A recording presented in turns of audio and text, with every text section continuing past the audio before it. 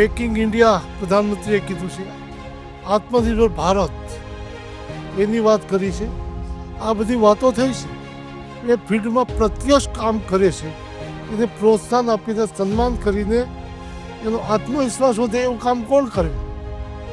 તો quality mark award આપીને હેતલભાઈ કરી રહ્યા છે.